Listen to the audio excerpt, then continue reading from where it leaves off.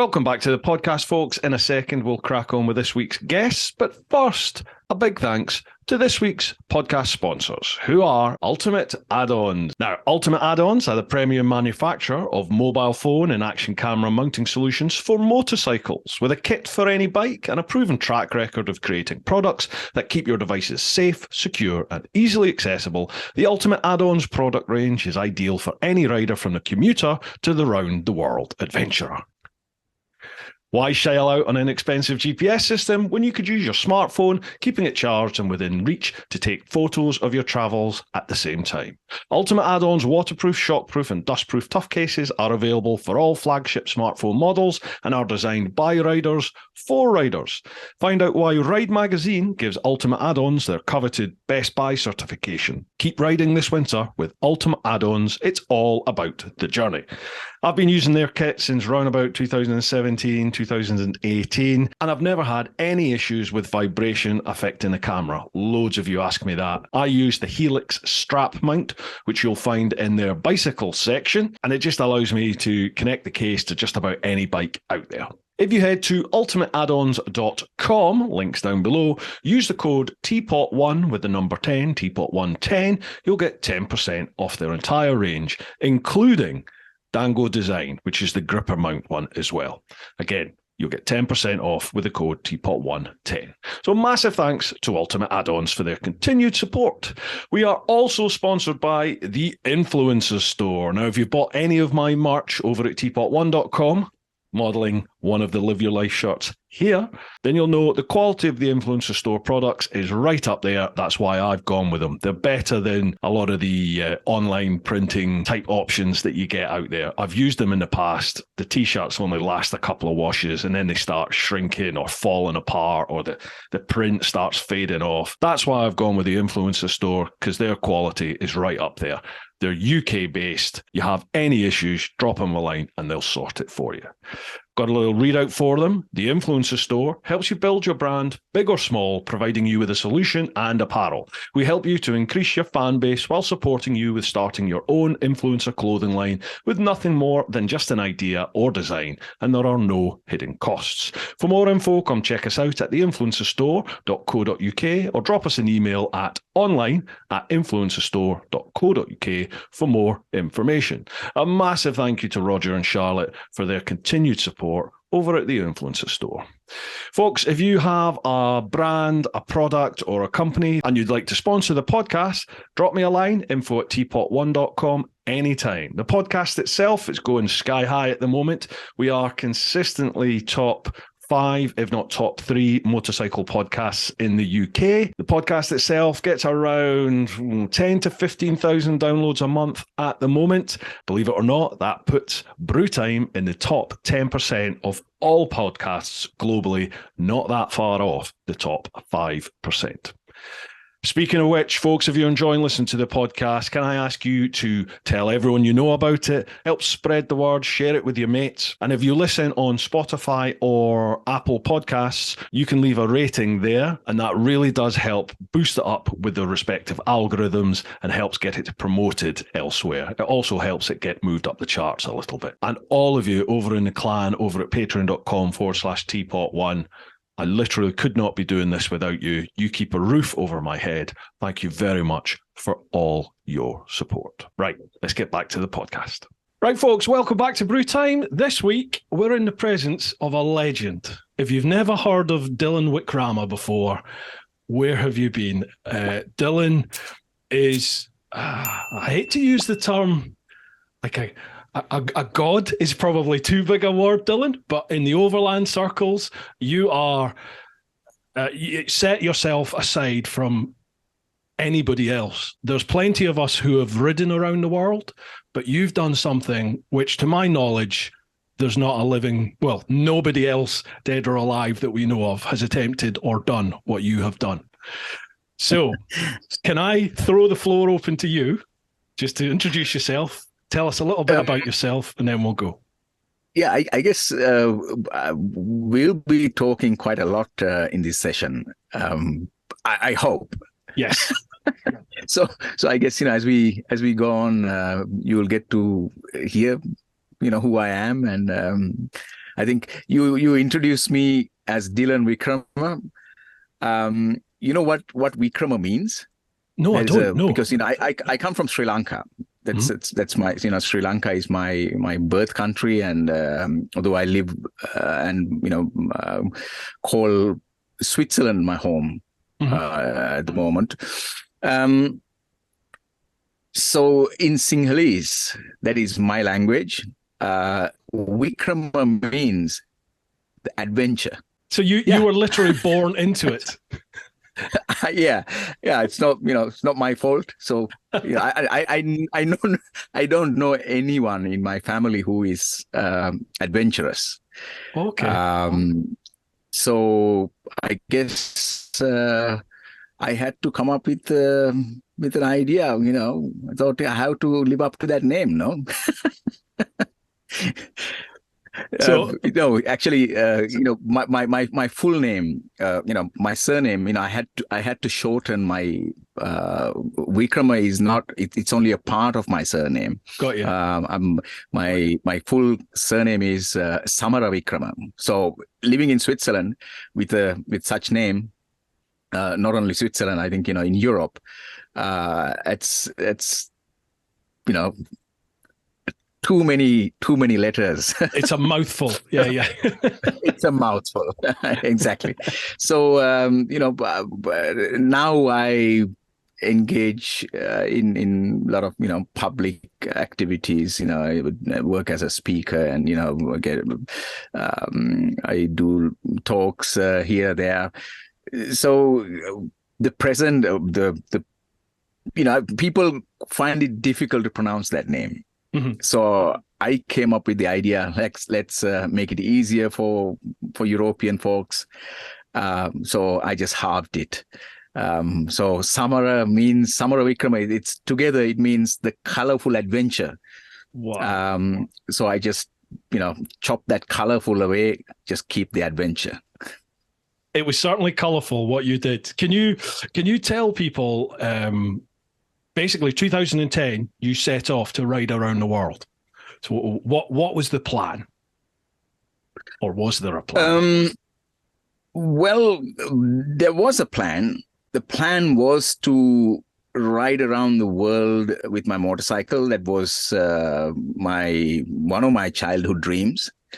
But there was a secondary element to that. That was I was kind of on the lookout for the meaning of life. I was searching to find who I really was, or was there a purpose to life and all that. Yep. So it was a kind of a spiritual journey. It wasn't inspired by anybody, because I didn't know anyone like travelers going around the world on motorcycles, because I simply didn't know. Actually, it was like it was about a year later, a year after I started my journey. I was in India, and there somebody gave me this Ted Simon's Jupiter's Travels. Yeah, the Bible. He was reading it. It was in Goa, in a small restaurant, and this guy saw me and he asked me what I was doing, and I told him I'm going around the world, and he said, "Hey, look, I'm reading a book. Have you ever read this?" So I was like, I didn't know who Ted Simon was. Yeah.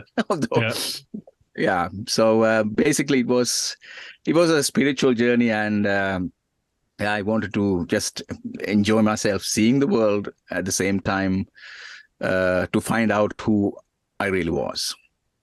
Now, is that something you'd always felt? You'd always felt that you wanted to do something like this, or was it like a yearning, a fire that grew with age? Because I know for me, it was never really there till I was in my, I would say, mid to late 20s. And then I started to think, is this it? There has to be more out there. And the dream of travel started,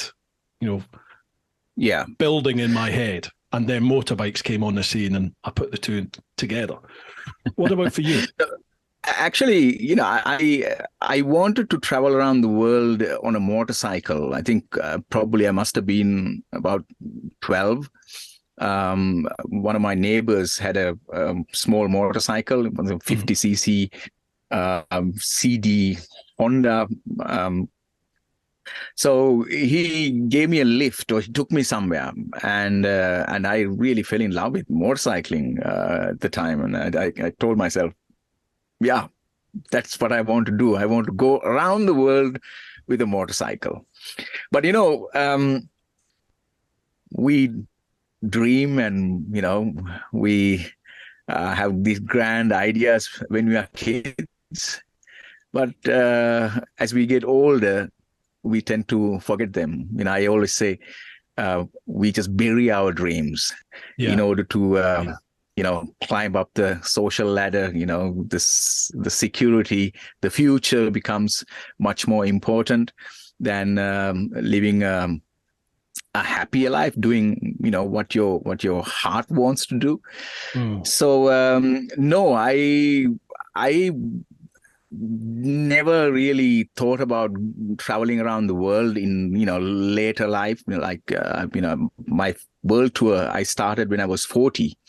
So up until that point, I had done some long journeys, like I would say shorter journeys, like going from Europe to India, or from here to Morocco. Twice I went to Syria, and such smaller journeys, like they didn't last longer than a couple of months. But it never came to my mind to do a world tour until I got busy with this question: what am I doing? Because I came kind of, I was disillusioned with life. The more I try to make sense of life, I found it, a futile thing. It's like you're born, and after a few years you die, and is that it? I was born as a Buddhist. Later on, I tried other religions as well, God and the church, but I guess I never found anything that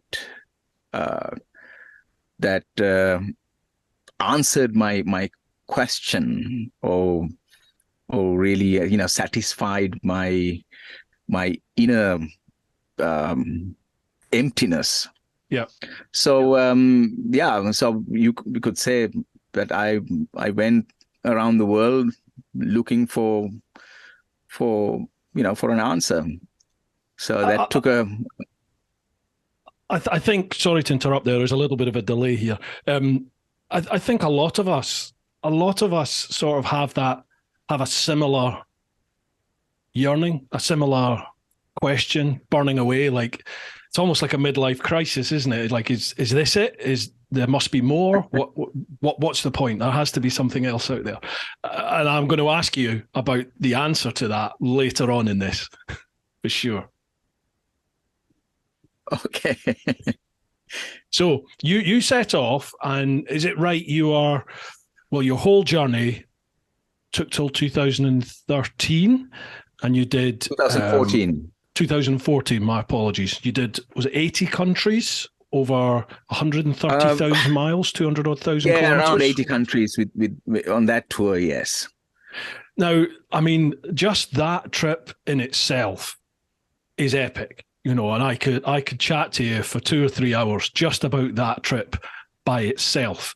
And, it's almost a travesty that we're not going to focus on all that. We're going to focus on this incredible section of your journey, which, I mean, it deserves, I'm sure they will make a Hollywood film about it. I'm sure somebody will get to grips with this and make, I mean, your film itself, which, folks, if you're watching or if you're listening at the moment, I'll check out the show notes and I'll leave a link there for the actual film, When the Road Ends, It's a film. It's on YouTube. You can watch it for free now. I actually bought it a couple of years ago on Amazon and watched it there.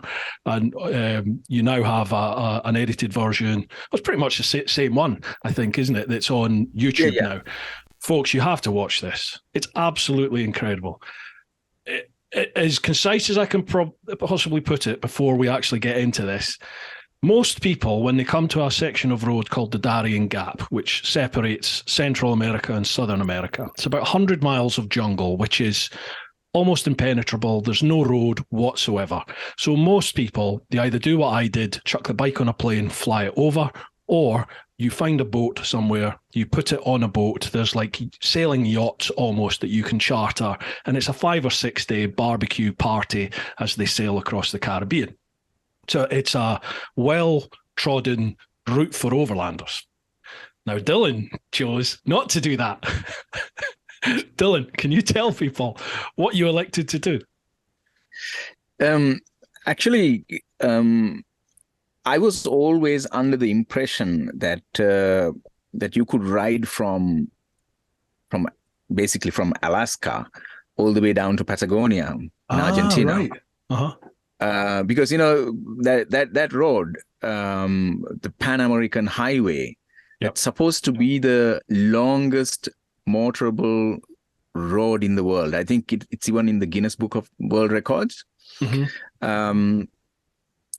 And only later on, when I met this guy in Canada, when he told me that you have to find a boat well in advance.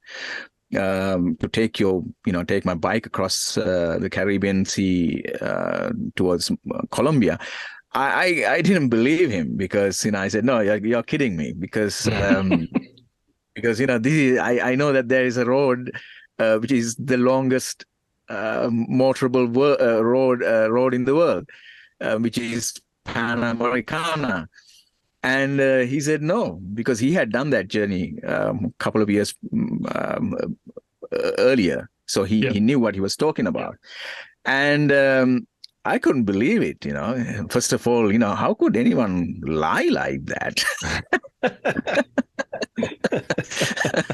Like, fool people, they fool the adventurers, there's a road goes from Alaska down to Argentina, which is not true. But of course, there was another a childhood dream of mine, which was to build a raft and go out into the ocean. Just to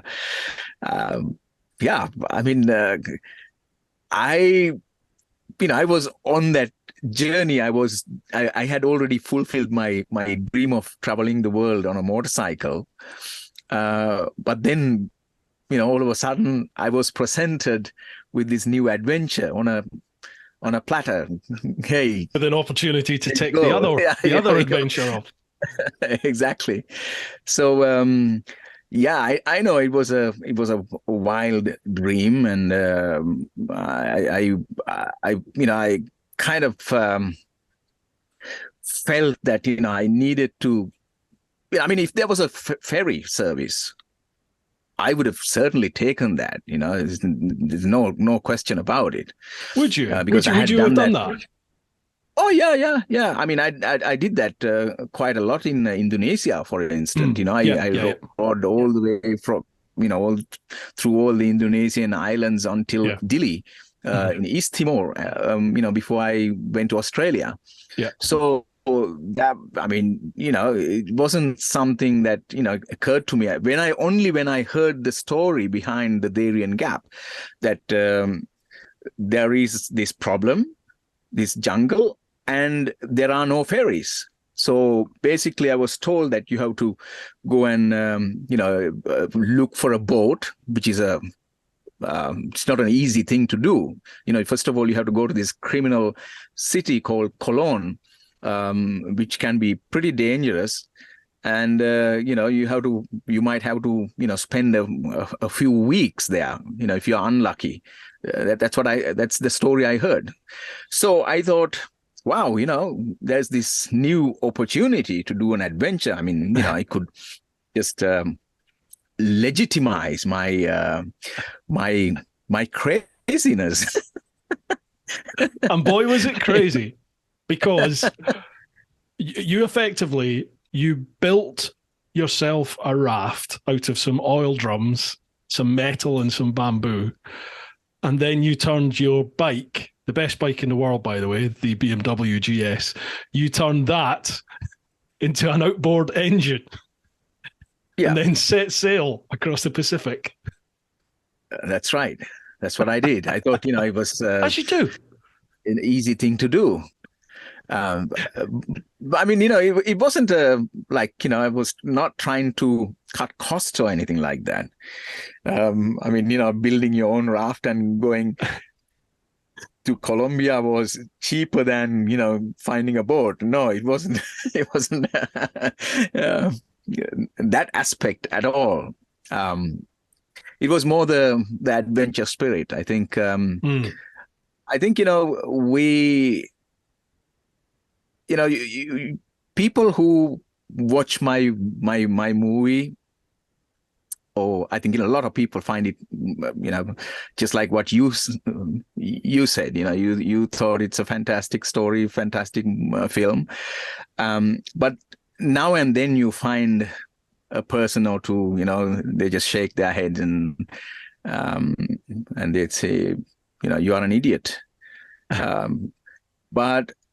But people forget that we need, it is within us, in human beings, this adventure spirit. I think it is the adventurers who changed this world. Absolutely. It's not the people who always played safe. Never ventured out and put themselves into expose themselves to dangers. They are not the people who changed this world. I mean, people just look back 100 years ago, like when the Wright brothers. I mean, even before Wright brothers, people dreamt of flying, right? Yeah. But it wasn't because they wanted to transport passengers.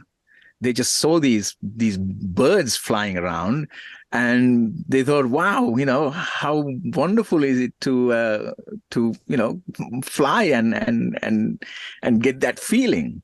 Yeah. And it was simply that. So, people tried it. In the meantime, some got killed. But look how far we have come.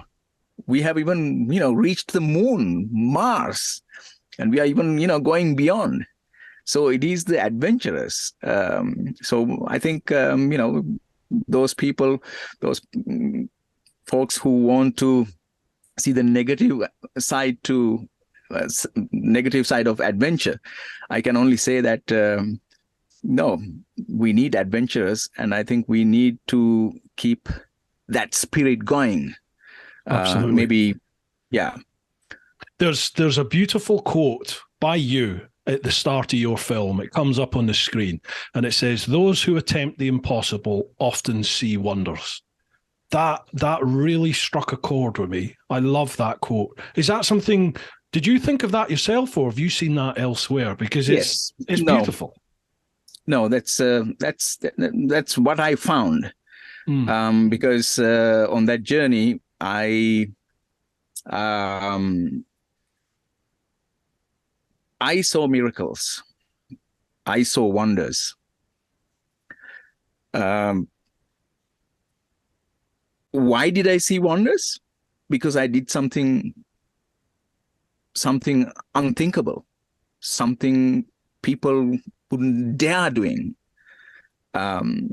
So, later on, when I found myself, struggling to navigate in the ocean, when I found myself adrift, not knowing in which direction I was going, and all of a sudden, a pod of dolphins show up, and they started guiding me. I mean, how many people can tell that my life has been saved by a pod of dolphins?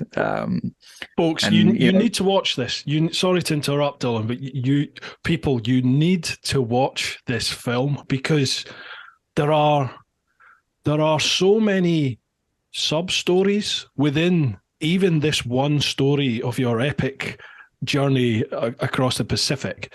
There are so many stories within that, like the dolphin showing up when the shark made an appearance, and it's like the dolphins almost were trying to protect you from this massive shark. That thing must have been huge, because you see it on your footage and it's out towards the horizon, yet it's still a big old fin. It's still a big fish in the water. And in between that fin and Dylan on his raft is this pod of dolphins that just showed up. And then again, I mean, I was going to come to this later on, but we may as well hit this now. There was something in you that made you decide, I'm going to follow them. And then I really love the way in the film how there's like a dolphin behaviorist. He's cut in to say that dolphins possess a part of the brain which only humans, dolphins, elephants, and elephants possess, which allows them to feel empathy. That's incredible, isn't it? So it's highly likely that, like, these dolphins showed up at a point when you were at a very low point in that journey. Is that right? And it's almost like they must have detected your despair and effectively showed you the direction to land, because you were adrift in the Pacific on your way to the Galapagos. Is that right? Yeah, that's right. I mean, I never been a sailor, and in fact, I never even rowed a boat on a lake up until that point. So I love it. I love this story.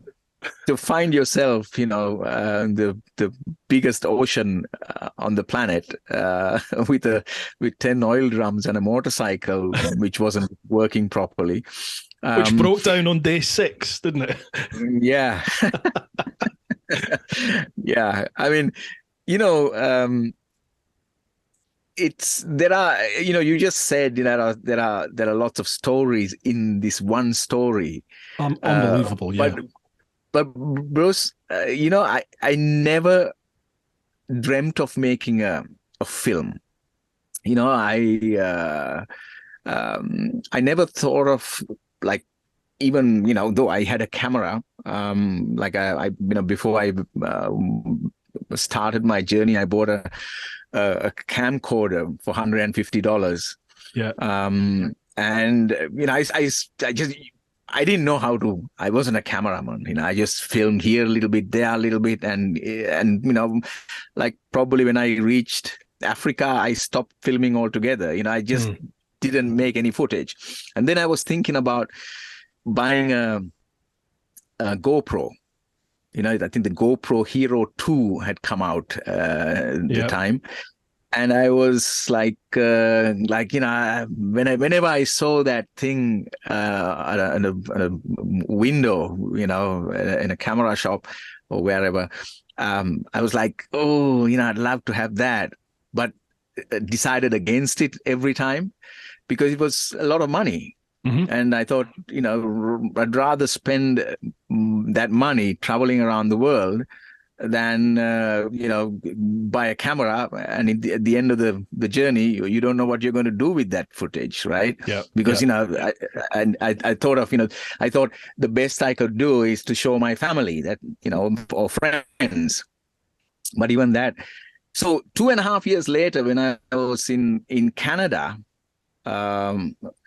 somewhere in Edmonton, I think, I bought that camera, the Hero 2. That was like 2.5 years after I had started my journey.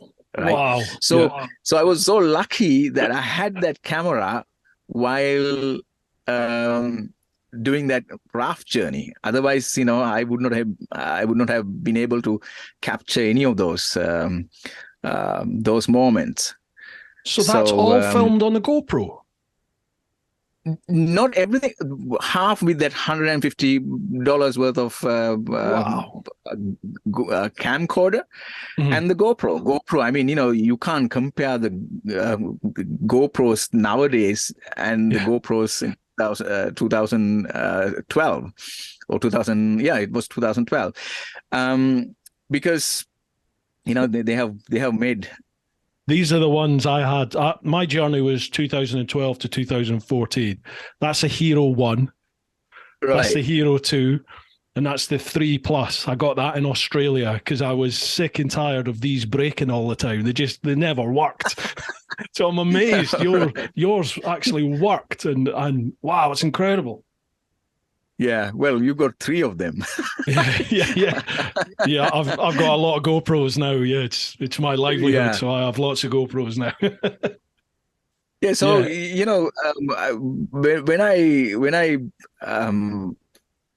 so I'm very happy. I'm very lucky that I thought of making a film later on. It was like I ended my journey in 2014, and then 2016, I met a guy an Austrian guy. He invited me to his place, and he organized a talk at a local pub there in Austria. And then he saw some of my video clips, and he said, "Hey, Dylan, you have to make a film out of this." And I said, "No, how can you make a film out of this? It's really rubbish." But of course, you don't notice that, right? When you're watching that film, actually, I get complimented how wonderful how beautiful the pictures are. Because I think that the story is such a tremendous one. People forget how bad the picture quality is. From my opinion on that is that I think the sort of, I don't want to say this in a derogatory manner because my trip is filmed on a GoPro and it is very amateurish, my footage, because I was like you, I had no idea about filming, I had no idea about editing, so I very much learned on the hoof, on the way. But the sort of the homemade POV style of your footage almost adds to the feeling of empathy that the viewer has with you, and the feeling of like it's just you out there. When the footage of you on the raft when you're out there, it's like, oh my God, this guy is effectively heading out into the middle of the ocean in the Pacific with nothing. It's just him on a raft with a motorbike and a camera in his pants. There's a lot of you in your pants. No, it's still like, I have shown this film in cinemas, right? I have shown it on big screens. So that's what I mean, like even to project such a such bad quality, you think it is bad quality on a massive big screen. You don't really notice that it is like, it's a GoPro. Even you are surprised now. Like you asked me, everything is filmed in the GoPro? Yeah, I was, I mean, because the GoPros were like 720, weren't they? I mean, the cutting edge was 720 resolution, which is crazy now, isn't it? Yeah.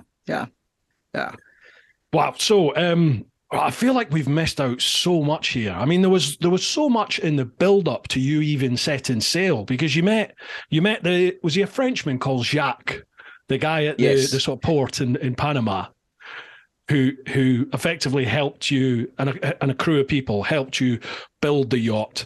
And was it right? You did a sort of test sailing in the Panama Canal after he acquired you a sail. He disappeared one night because you didn't have a sail. So actually, with that story, I forgot to mention actually the reason why I came up with that, that I wasn't intending to make a film. So what happened was, a lot of the things that I experienced, the things that I encountered on the road, the people I met, and these little stories, I never filmed. Wow. So, there are so much to be told. If only I had filmed it. Yeah. So, but in hindsight, Martina, my wife, she keeps telling me, Dylan, it's a good thing that you didn't have so much footage, because otherwise this film would be, you have too many choices and you would just mess up the whole film, Yeah. So now you had that, very little film material, and you used it, to create something wonderful. So, which is true. So I met, not only Shark, I met some other characters in Panama City. Shark, and there's another guy called Laszlo, and Jerome, and they're all dodgy characters,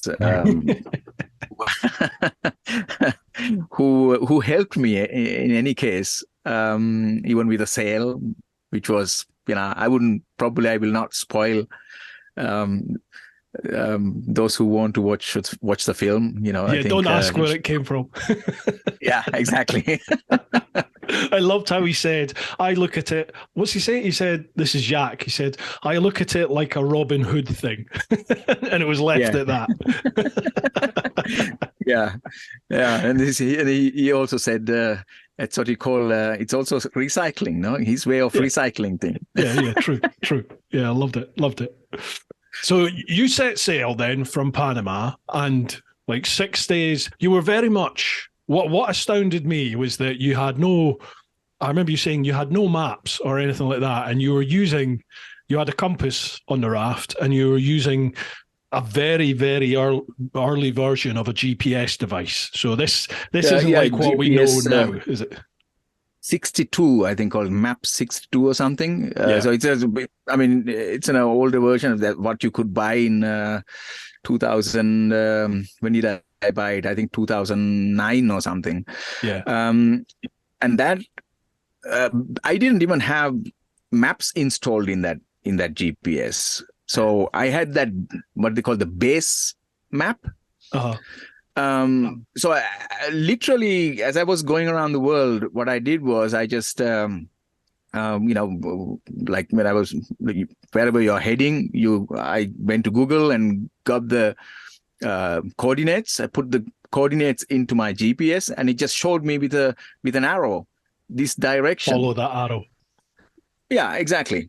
So it was quite exciting traveling like that, Yeah. because you don't need you obviously end up going the wrong way, but when you're traveling the world, you don't get lost. You make new discoveries, right? It's as simple as that. So I agree when you're on land, because there's a certain amount of constraints when you're on land, but when you're on the edge of the Pacific Ocean, and one wrong move can send you, literally, if you'd gone by Galapagos Islands, what's the next stop? Is it Hawaii? Next would have been Brazil or Caribbean islands in I don't know. No, not going out that way. Yeah, it would have been, God, somewhere like. Sorry. Yeah. Australia. Next one, Australia. Hawaii. After that, yeah. Is it Hawaii? No, I always wanted to go to Hawaii. Actually, it's going to go back. Yeah, Hawaii's off the west. Yeah. It's like that way. It's Hawaii. Yeah. But it's maybe a little bit further north. Yeah. But the thing is, the GPS worked. It wasn't so much. There was a problem with the GPS. It was I did not have enough speed for my GPS to work properly. Yep, that was my problem, because there is if you look at when you're using your phone, to guide you somewhere, right? Mm-hmm. Like maps. And sometimes you don't know which way to go until you go a few steps. Start moving. Yeah. Yeah. Right. Okay. So basically that's what happened on the ocean. Like when you're too slow, my GPS had a accuracy. The accuracy was like 15 meters or something like that. I can't remember exactly. I think it was like something like that.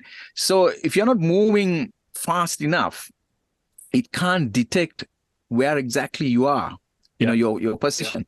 So it just tells you, it thinks that, you're 15 meters behind where you actually are, or 15 meters ahead of you.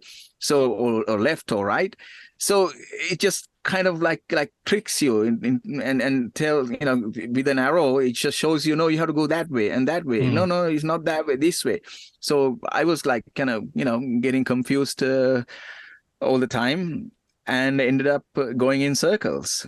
So that was the biggest issue. So, But I mean, the GPS worked. You also had a compass, didn't you? Yeah, of course. Now, that's an interesting story about the compass. Yeah, I mean, I thought compass is the most reliable out of the two, right? Because a compass, it just works anywhere, and which it did. But like, I was using it for some time, and then I changed position I just went from one end to the other end, or I changed the side on the raft, and then suddenly I see the compass needle just back. It just turned the other and showed me the other direction. I thought, what the hell is going on? Actually, you had seen films, right? I guess like old films where pilots they put some I don't know, some object near the compass, and then it gives a false reading, and they end up crashing somewhere in the Pacific or wherever. It just came to my mind, my God, this is happening to me. But at the end of the day, I am here, and if I hadn't faced any of those problems, I don't think we would be here chatting, right? Wow. I mean, I often talk about this in this podcast with other people that come on who've done trips or faced adversity. Like everybody has a story, don't they? But I get people on here to talk about their story, whether that's through travel, whether that's through something they've endured in life or something they've achieved in life or whatever. But everyone has a story, and for me, what sets those kind of people who achieve or attain a greatness, or they do what most people either haven't, wouldn't, or couldn't, is that they never give up. And that's something I always say: never give up. It's like very few times do you ever go, that's my goal, and you just go straight to your goal. That never, if ever, happens. There's always roadblocks along the way. There's always failings. There's always something will happen. And what sets the person aside who actually makes it is that they don't stop. They figure out a way around that roadblock, that they figure out a solution to that issue. And they just keep doing that again and again and again. And then they might fall back down again. They've got to walk back up that ladder. And then they'll fall down again. And then they'll figure a way out round this gap, over that hill, through that tunnel. They just figure it out, don't they? And they keep going. Don't ever stop. Never give up. And I mean, this film, folks, I cannot recommend it enough. It really gives you a lust for life and what's the word? It reaffirms, travel for me reaffirmed my faith in people. It reaffirmed my faith in humanity, because you very quickly realize that people are good. Most people out there are good. They'll help you. It doesn't matter where they live, what language they speak, what faith they follow, what colour they are. It doesn't matter. Everybody's the same like us. They want to look after family. They want to get on with their lives. And if they can help you, they will. And I just love that about travel. I wish everybody travelled so they could experience it. And they don't live in this climate of fear, which seems to get rammed down our necks via the media here in the Western world. And your trip really exemplified that. I mean, it was beautiful. Things from like, even before you set sail, locals that you met helped build the raft. They helped fabricate parts for free. They wouldn't take payment for it. They just wanted to be involved. And that seemed to happen all through this trip, including the army and the police that you met. And I mean, you were an illegal immigrant, as an illegal, weren't you? In Colombia at one stage, and they didn't care. They helped. Yes, yeah. This is why I live this life the way I do right now. It is all thanks to my travelings. It's we most of the time are so concentrated on the negative aspects of things. Yeah. Because I think, we find that intriguing. I don't know if it's because we find it intriguing, or is it because we are fearful? But if you start traveling around the world, you don't even have to travel around the world. If you just look around the place where you're living, you would find a lot more humanity in people than negative things. Absolutely. Absolutely. Again and again, I've been helped in wonderful ways, not only in these countries, faraway countries, or I'm not talking about Sri Lanka, India, or wherever. Also in the Western civilization, like in the US or in Canada. I can tell you one wonderful story where I was looking for this time. This was when I first arrived in Canada, and I had just started my journey towards Alaska. So I wasn't really sure about camping regulations. So I went to a local library to get internet, and to find out about camping regulations. So all of a sudden, an elderly gentleman, he stood by me, and he said, "Is that motorcycle yours?" I said, "Which motorcycle?" And he said, "That big BMW." I said, "Yes." And then, he was very enthusiastically, he started talking, asking me 1,000 questions. And then he asked me, "What are you doing here?" I said, "Yeah, I'm looking for, I'm getting to know about camping regulations in Canada." And he said, "Where are you going to sleep tonight?" I said, "I don't know." And he says, "I'm going to work right now, and I'll be back at 5 o'clock in the afternoon." And he gave me his house key, and he wrote down the Wi-Fi password, and he said, "Go home and wait until I come. My wife is also at work. She will also be back home at 5 o'clock." And I mean, these are just complete strangers. It's incredible, isn't it? Yeah.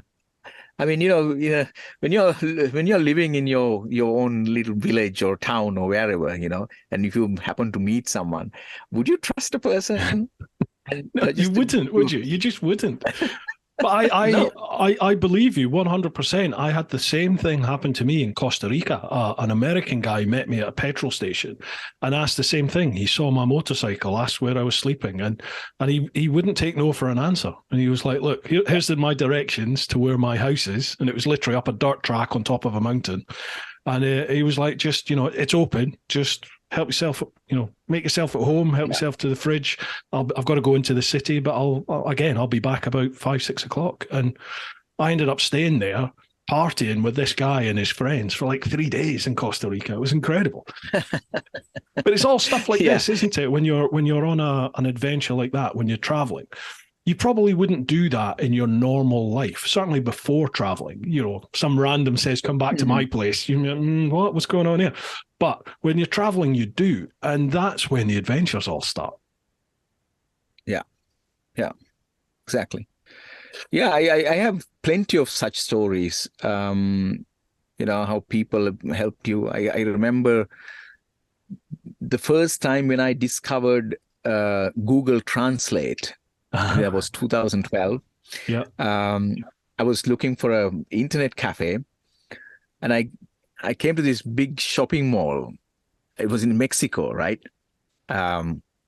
So I was still on the motorcycle, and there was the gentleman waiting for somebody or whatever. He was he was just waiting. So I asked him, "Excuse me, do you know where I can find the internet? I need Wi-Fi." And he didn't speak English. So he said, "Wait a minute." And then he made a phone call to somebody, and he hung up. And then he said, he said, wait, with his hand. So I was just waiting for a few seconds. And then he gets an SMS. And then he showed it to me.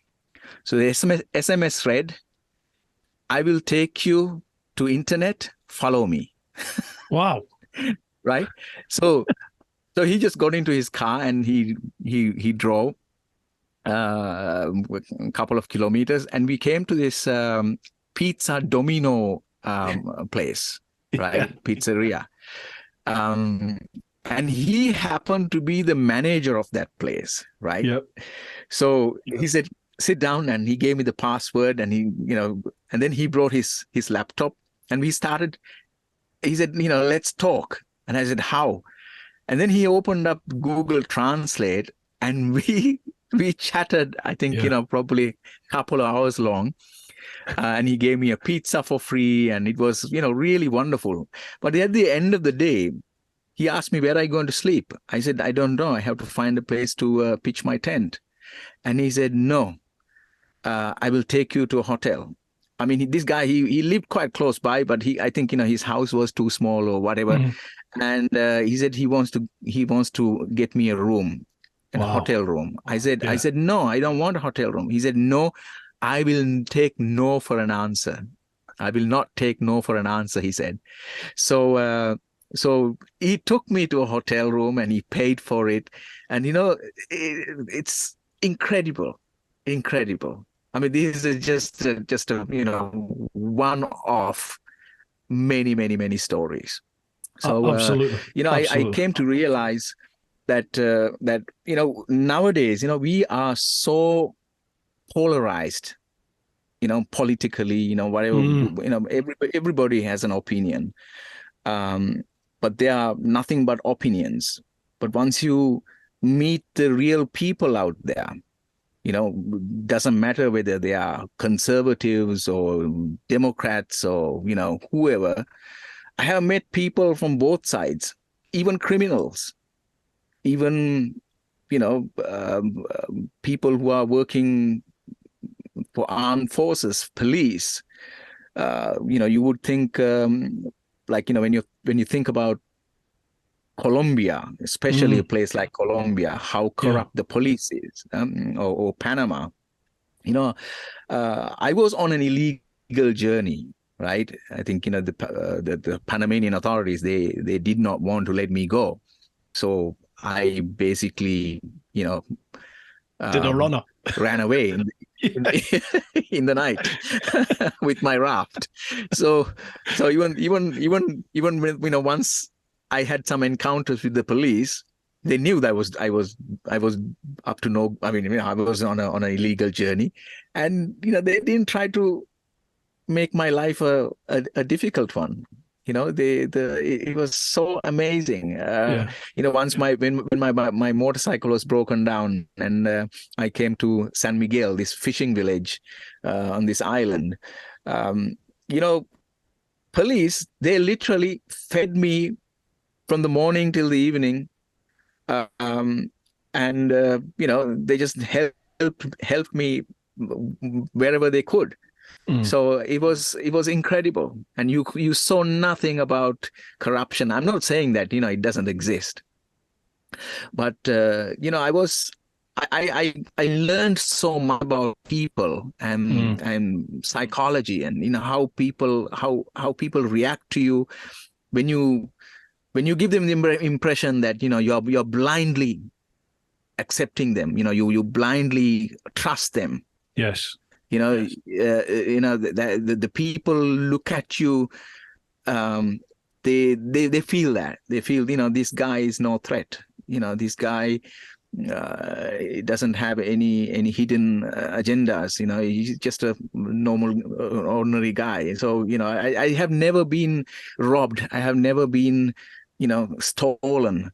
I traveled more than 200,000 kilometers around the world. And when I first experienced a robbery, back home in Switzerland. Well, it wasn't a robbery. My camera bag got stolen on a train. That was I was the same on my trip. The first thing to actually be stolen was when I finished my trip. One of the last places I went was the Isle of Man for the TT, the road race. I sort of it timed that I happened to be coming back from Ireland when the TT was on, so I stopped at the Isle of Man, and I've gone all the way around the world, year and a half. I get to the Isle of Man, staying in a biker's campsite, and someone stole my tank bag with my tools in it. Yeah. It's incredible, isn't it? You're almost home, and then it happens. There was something that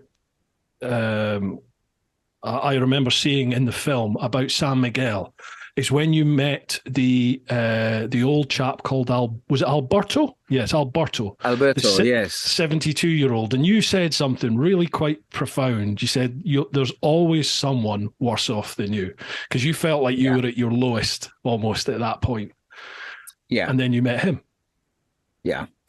It is quite common to feel pity for yourself. Yeah. When you think you're sad and something's not going the way you expect it to go, you automatically you think, you poor you. Why is it happening to you? This whole encounter changed my mindset, and now I have come so far and ask the question the other way. When I see something, bad happening to somebody else, I ask, why not me? Wow. Really, it is good. I have experienced amazing things. I have experienced wonders, miracles, unbelievable kindness from people. So why is it that I get to experience all these good things, and why do others, go through hardships? I had my fair share, as a small child, when I lost my father. My father got killed by robbers for his money. That incident left a deep scar in my life. I mean, not only my life, my whole family, because my father, he was an upcoming businessman.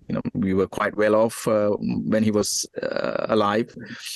And when he died, we became poor overnight, because, we did not know, my mother did not know where he had invested his money. So basically, we lost everything. Like, imagine, we were living in a country, in a poor country, like, it was Sri Lanka. We did not have social security. There was no help from the government. There was nothing. And my mother, she wasn't, she was not educated in any trade or any, she had no skills to go and get a job. So she, she literally had to start working, immediately. And she trained herself as a seamster. She was working in a garment factory. Yeah. So, I mean, even then, she could not earn enough money to feed a family. But I remember, going through that, all that hardship. I remember how I have cried in the night, in the evening because of hunger. I remember that I only had like 2 pairs of shorts and 2 pairs of shirts, and even they had holes. No shoes. Yeah.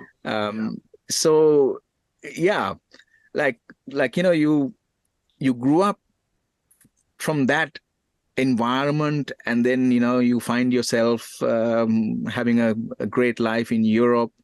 Everything is going so well, and it makes me realize that my childhood made me to a man what I am today.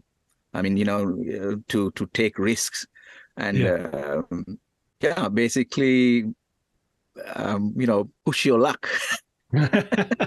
because that it is not the end, because you always find luck, and luck is something that I found again and again and again and again, because when one door closes, there's always a door opening. Like that I experienced the same thing even on the Pacific Ocean. Like my GPS wasn't working, and then suddenly I find a pod of dolphins who were there to rescue me. I mean, that's almost Hollywood, not... isn't it? That's almost Hollywood. It's like you wouldn't believe that was true unless it happened to you, and it's just an incredible story. There are,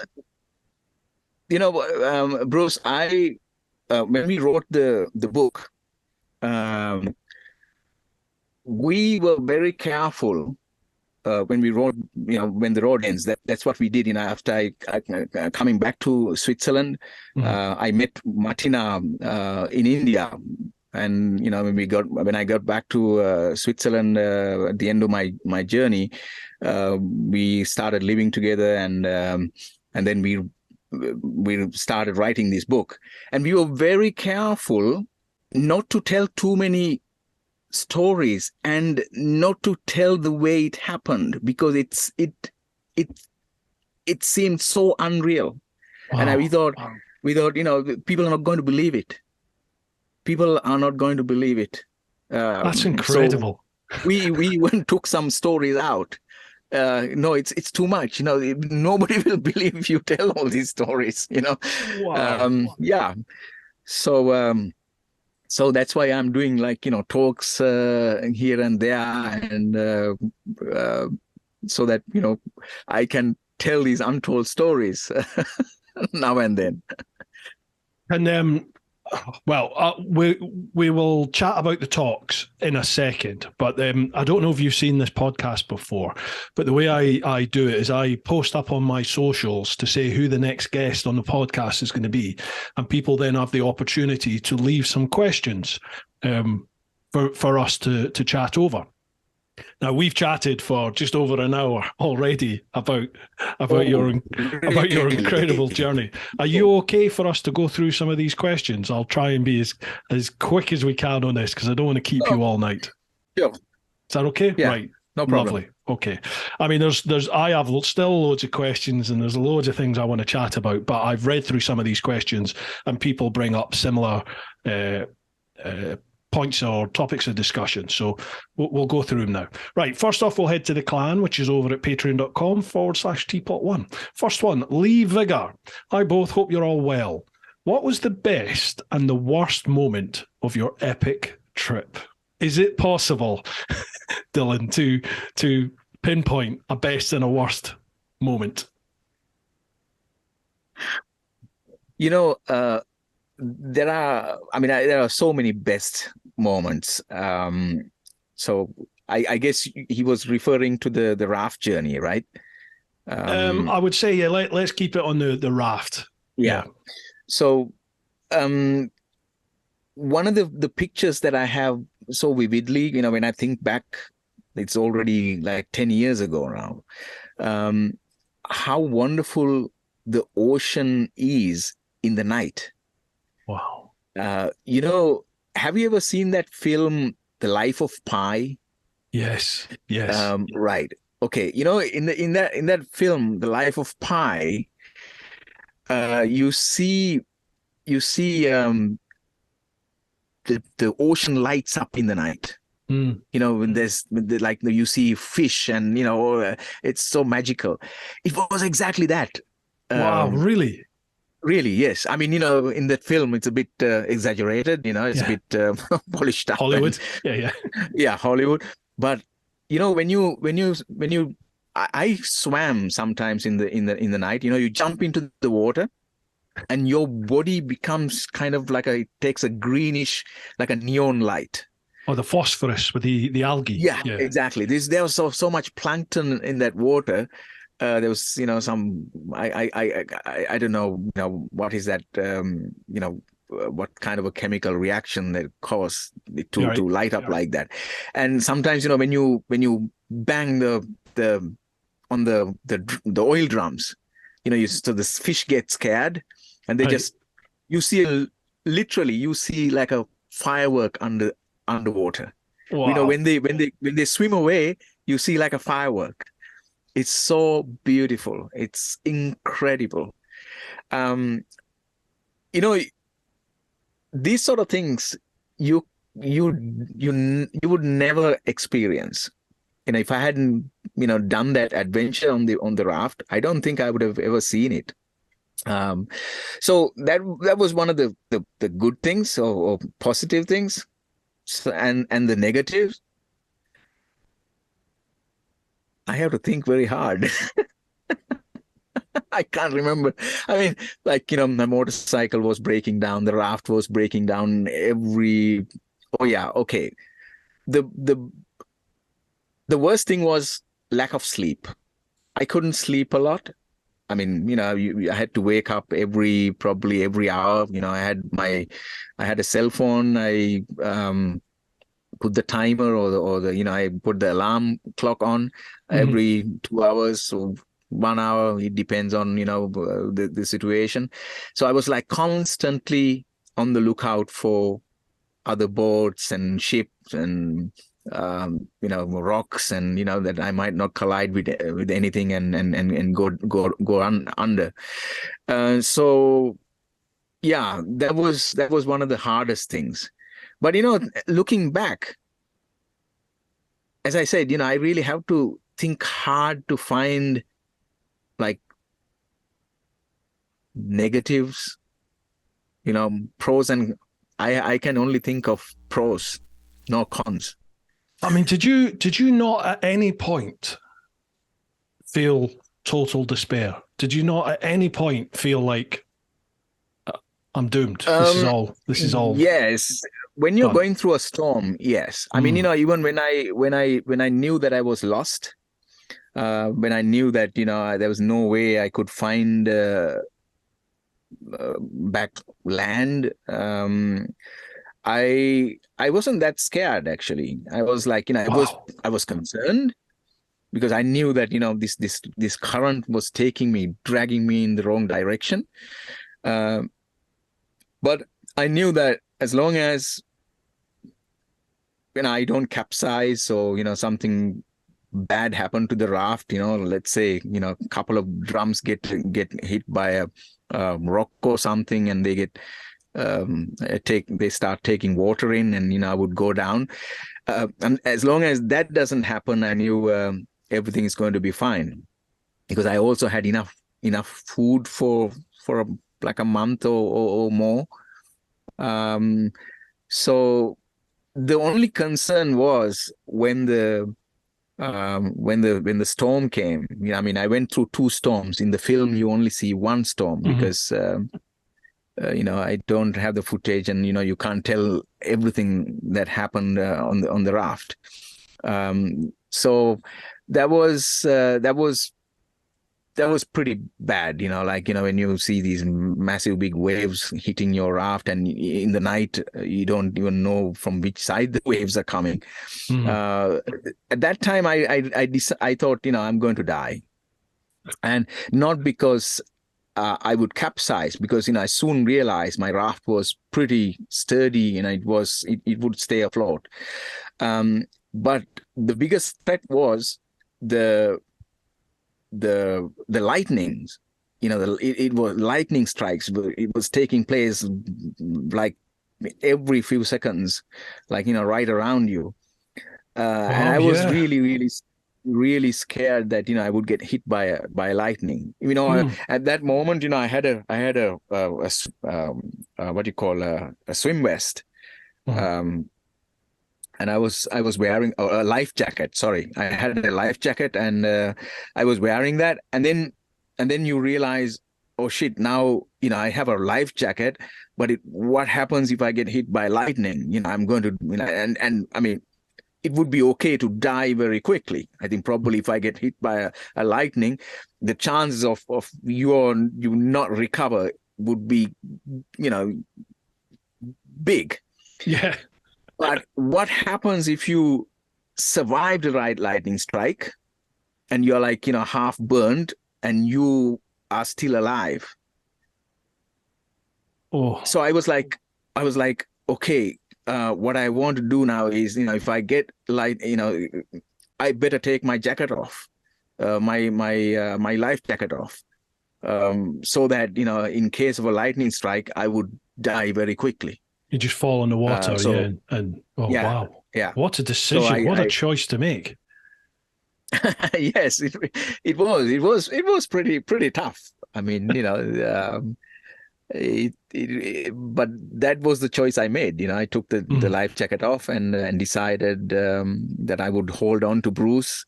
By the way, Bruce your is bike's Bruce. called Bruce. Yeah. Yeah, my motorcycle is called. Yeah. So I was like holding on to Bruce and hoping to make it. Can I ask, why did you call the bike Bruce? What's the connection there? I have no idea. I have no idea. I know that. I know that a lot of the other bikers, they call their motorcycles, they had given a name, but mostly like a feminine name, right? Yeah. The thing is, I never knew any motorcycle riders before I went on this journey. I know it might sound kind of really strange. I had no contact to any like biker clubs or other adventurers, or I thought basically when I started the around the world journey, I was the only one who is traveling around the world with a motorcycle. So naive I was. Yeah. So I didn't know the custom of giving, it is customary to give a female name to your motorcycle. Yeah. So, and my motorcycle it's a huge motorcycle. I mean, compared to my size, I'm a small guy. So I thought, he's a massive big bike, so it has to have some really, tough name, like, Bruce Willis, Die Hard, who knows, So I called it Bruce. But honestly, I can't tell exactly why I called Bruce. It's a very good name. That's all I'm going to say. It's a very good name. By the way, I can tell you another story. I wanted to translate the book into Spanish, right? So we got hold of a writer from Mexico. And so I sent the manuscript to him. He said, please go ahead and translate my book. So after a few days, he called up. He said, Dylan, big problem. I said, what is the big problem? He just discovered that Bruce is your bike, and you can't have that. I said, why? Because in Spanish, it is de motocicleta, and it's a feminine article. So yeah, it has to have a woman's name. So he said, you know what we can do? We can call, we can change Bruce's name to something else, and it becomes like a love story. I said, surely not. Bruschetta or something like that. Bruschetta. Nice. Right. Cheers for that one, Lee. Great question, mate. Next one, Patrick Collum. So, random question. Of all the places you've had a beer or another beverage of choice, where would you transport yourself back, either by yourself or with your beloved, and soak up a moment again just for one last time? So all the places that you've been, where would you like to go back and share that with Martina or someone else?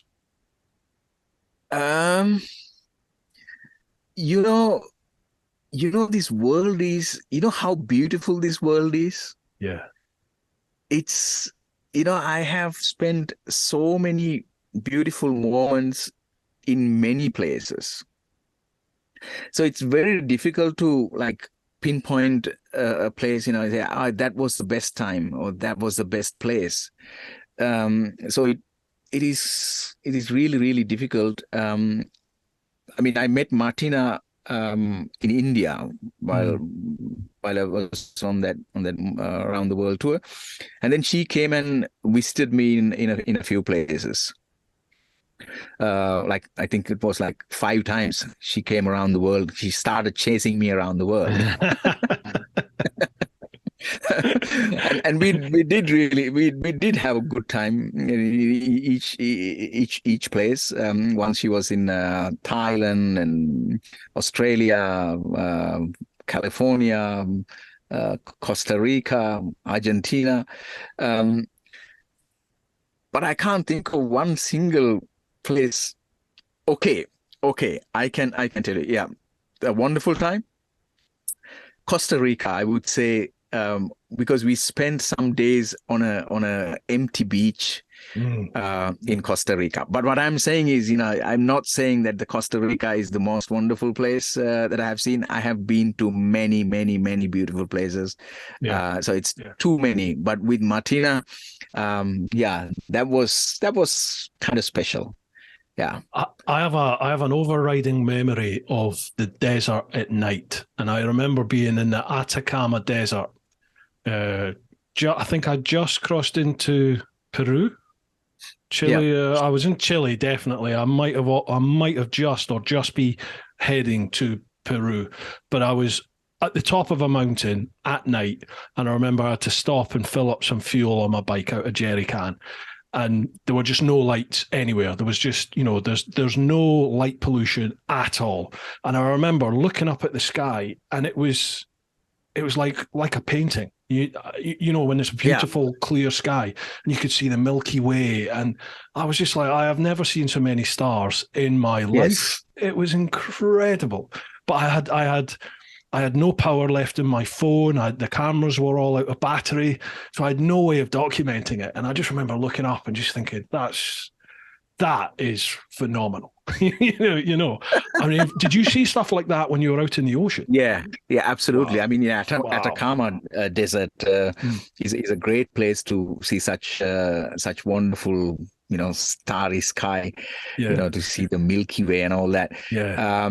I went through Bolivia, the salt flats, Salar de Uyuni, and then entered into Chile and tried to go to Argentina through the desert, but it wasn't a successful one. Long stories. But anyhow, Martina and I, we started living in a van in 2016.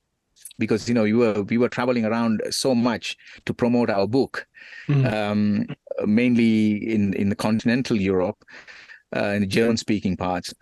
So we like for 7 years now we've been living in a van. So we took a trip down to Mongolia a couple of years ago, and that was unbelievable. Like, I have somewhere I want to many go. photos.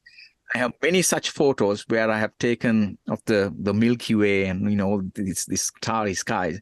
It's really incredible. Like Kazakhstan, Mongolia, Tajikistan, Kyrgyzstan, all these Central Asian countries. You get the same thing because you don't have so much of light pollution. That is one of the main problems we have in Europe, I think. Because of the light pollution, you don't really plus our rainy the clouds in the sky, rain clouds, Mongolia is somewhere I would love to go. It's when I first decided I was going to do a trip, it's because I'd seen Long Way Round. I watched Ewan McGregor, Charlie Borman do Long Way Round and just thought, oh wow, that looks amazing. And it was Mongolia that really did it for me. So I planned to do Mongolia on my trip, but as it was, I'd snapped the rear subframe 4 times on my bike by the time I was coming through Russia and a way to head south and go into Mongolia. And I snapped it again, and I was just like, I did my trip on a sports bike, on a Suzuki GSX-R1000, and I just thought, I'm taking that bike into Mongolia where there aren't really any roads, and I've already snapped it 4 times. I just thought, I'm pushing it. So I made the decision to carry on and just head to Vladivostok, just head east. So I missed out Mongolia, but it's been there ever since. I'm like, I've got to go back. I've got to do it. Yeah, we are actually going to Mongolia in May because Martina, she's heavily involved with Mongolia. Like as a 23-year-old young woman, she did a backpacking tour through Mongolia with 3 other friends. And there she saw all these the poverty and suffering children on the streets and all that. And then she decided to do something about it. So when she got back, she founded this charity. It's been going. I mean, she kept it going for 20 years. So this year she's celebrating the 20th year. So we are going to make a documentary film about it. So the plan is to go to Mongolia and hire a car or probably a motorcycle and travel around a bit. But the thing is, May is a little bit still cold. Still cold, yeah. Yeah, they have a very short summer. It's like probably from June to August, end of August, September, and then and that's it. But that country is it's a country of extreme. When it is cold, it's extremely cold. When it's hot, it's extremely hot. Yeah. When they have a drought, it's extreme. We have seen like when we were there a couple of years ago, like hundreds or thousands of carcasses. The whole herds, they just had died due to lack of water. Wow. And then when it starts raining, then they have floods. It's an incredible country, but the people, unbelievable. I always said something. I love Sri Lankan food. Curry, rice and curry. I love that, and I always said, if Mongolians had the same thing, that would be the paradise on earth, because they would invite you to every Mongolian would invite you to their little tent or the ger or the yurt, whatever you call it, and they just want to show you share whatever they have with you. It's incredible, but unfortunately most of the time, I mean, all they eat is rotten mutton and sheep and goat testicles and all this sort of stuff. Yeah. I'm sorry to say that it's they unfortunately they don't have a great kitchen, Um, but otherwise, it would be so good. The Mongolians are fantastic people, Oh true man, adventurers. are they? Yeah, yeah, yeah. You should see how these Mongolians travel through the desert. Like these Chinese motorcycles. Mm.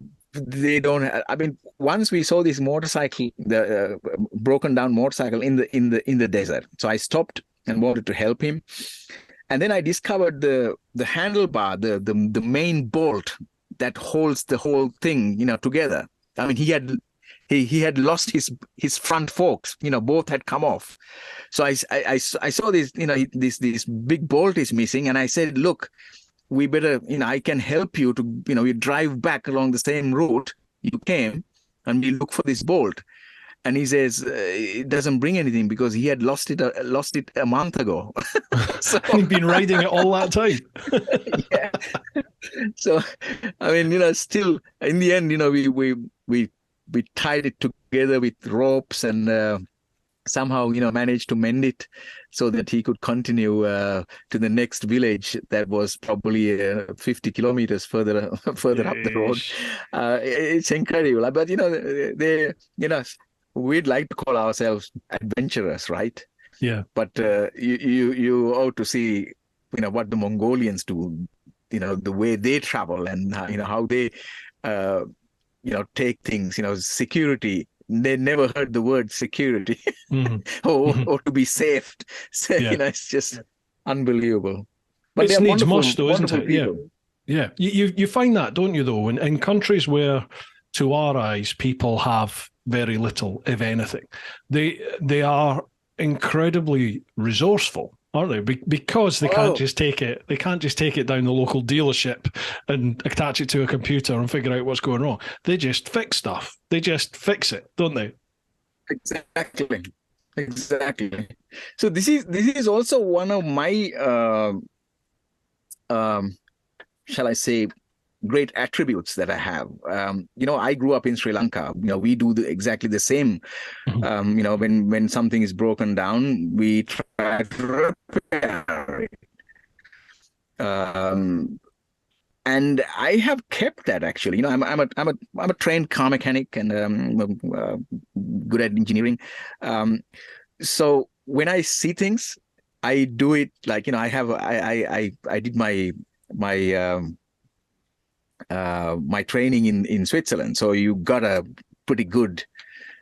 solid training. So, physics and everything what you need to know, electronics and electrical knowledge. And it's a good combination to have. Having come from the Sri Lankan background and to work with how modern things work, and to have that knowledge, it's a great combination. When something breaks down, you can always help yourself because on one side you have a decent knowledge about a modern technology, and that adventure spirit of a Sri Lankan. I think. That's what drove me further and further into the ocean, or continued towards Colombia on my raft, even when I faced so many difficulties. Was just the desire just to keep going. Well, like whatever issues you had with the bike, you would just figure out a solution. You had to just keep making it work. Yeah. I mean, that motorcycle broke down so many times. I couldn't keep track of how many times it broke down, how many things went wrong. Also the raft. And it also taught me a lot about patience, because you are out there on the ocean and nobody's there to help you. You can't ask any questions. You had to figure out everything by yourself. So, I mean, time I had in my hands. So you just, stripped everything down and, started looking for the problem. And it also, when the next thing broke down, I said, oh, yeah, okay, now it's this one. Okay, let's repair that. And, when that is mended, you went on to the next one. Actually, I remember so vividly, like on this particular day, it was like every 10 minutes something going wrong. And I was like, oh, yeah, okay. Oh, it's only this. Okay, let's repair that. And I did that, and then goes the petrol pump, stopped working. Yeah, and then and then the keel breaks down, and then the rudder, you repair. So it was, yeah. I mean, you stop complaining, and you just had to do whatever you had. Yeah, that's life. Yeah. I loved the bit in the film when you're lying on the deck of the raft, you're making yet another repair to your engine, and you mentioned that not only are you trying to figure out what the issue is with the bike on a moving raft in the middle of the Pacific Ocean, but you also could not afford to drop anything. Like we've all had a little tinker on a bike and you drop a screw, and like if it goes somewhere in the engine, you're like, oh no, or it falls on the floor, and then you're like, where did that go? Well, you've got the Pacific Ocean underneath you, and it's like big massive holes underneath your bike. I mean, that must have been you couldn't have thought too much about that, because that would just put your nerves, that would break your nerves, surely, if you worried about that. I lost so many tools. Really? I lost screws. At one point, I had all my, I had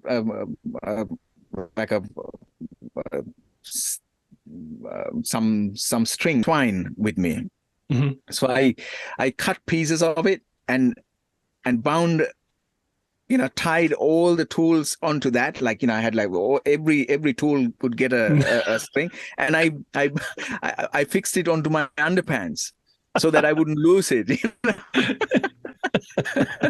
and the funniest story, or wasn't funny at the time, you're so scared of losing things, right? So this particular day, I took off the oil cap, where you fill the oil in. Yep. And it was already a little bit oily, and I was holding it so tight, no, I mustn't lose this. And then it pops out of my fingers, poof. Oh, no. It goes and disappears into the ocean. Yeah. No. It's just, yeah. It's so, you had to come up with something else. I don't know if you could see that in the, I never, I think probably you will even notice it if you see it in the film, that, I don't have that, the oil cap. I had to, improvise another, like a bolt, and jam it into that hole. I don't know if that is visible at all. So I'll have to rewatch it again and have a look. Yeah. And also the heating, probably, I don't know if you noticed how I cooled the engine down, because it started overheating. As long as there's wind, no problem. Mm-hmm. But most of the time there was no wind. So did you not notice that there was a canister on the saddle, on the seat? I had a canister, I filled up with salt water, and then I ran 2 tubes on either side of the motorcycle, and I was just, letting it drip onto the cylinder heads to with cool seawater. With seawater, yeah. Well, it's liquid cool. It's the first liquid cool. Yeah. Wow. We've actually answered the next question during that discussion. Mutinous Mike asked about, have you always been good at fixing stuff, or is it something that you learnt along the way? But you addressed that. Okay. It's sort of something that you just grew up with and learnt. Right, next one, Debbie Clegg. Hello, Dylan. Hello, TeapotOne. How you doing, Debbie? Hi, Debbie. Hi. Wow, what an inspiring story. Surely dolphins must be your favourite animal after they rescued you, Dylan. That made me cry, by the way. Such a magical thing to happen. So, you and both Bruces have travelled the world on epic journeys. Now, what would you consider to be your next mission? Is the moon the only place left as a challenge? Yeah. I get asked this. What's next? You know, I told you about why I started this journey, right? I was looking for the answer. For something, something that that gave me the answer to what the purpose of life. And eventually I discovered what the purpose of life is. And that is so simple, and it's nothing but happiness. Living life and having happiness in yourself, in your heart, that is the most important thing. Nothing else. So, there aren't big plans. I don't make, and I don't think about becoming rich, becoming famous, or becoming this or that. I try to live my life the way I feel like living, and doing what I like doing. And even sometimes if it may seem too risky, or it's too far away, or it's hard to reach, I just go for it, and that's it. And I don't give so much of importance to money and financial situation. I mean, these are important things. Without money, you can't do anything. You have to, work hard to earn a living, and that's what I always do. I'm not scared of work. Yeah, I mean, I'm not someone who would say, I want to win a lotto. I never buy lottery tickets, because I firmly believe that when you live, you have to work, and that's how you have to you make your life comfortable, as much as possible. But it is doing to find your passion. What makes you happy? How what activity makes you happy? And try to make that to your livelihood. And that's that's a great way of living. I think this is what myself and Martina, my wife, we both do. Like we don't have a house. We don't even think about investing in a house. So we basically travel a lot and live very modestly. And yeah, I think I can say I'm the happiest man alive. I can honestly say that. That's beautiful. So when you are the happiest man alive, you don't really have plans, as such. Like I mean, of course, we all have. Without dreams, you can't live. No, without any setting any goals, life doesn't exist. Because that's the beauty about life, that you have to it is these dreams that makes you go, make you want to live.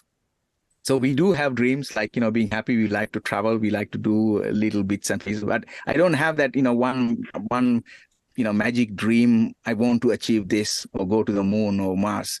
I don't know. We would like to travel further and help people whenever we see we are needed. And like what Martina is doing, we talk about adventures.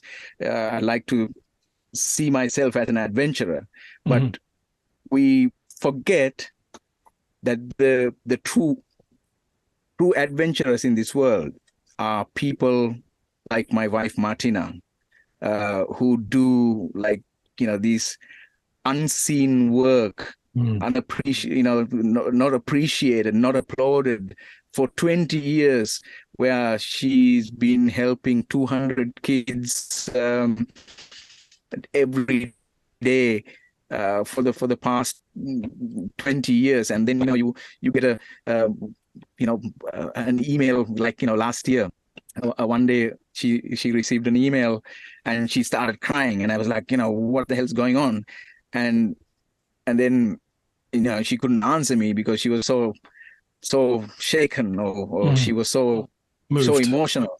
And yeah. I looked into her computer and I see one of these children in Mongolia had sent her a photograph.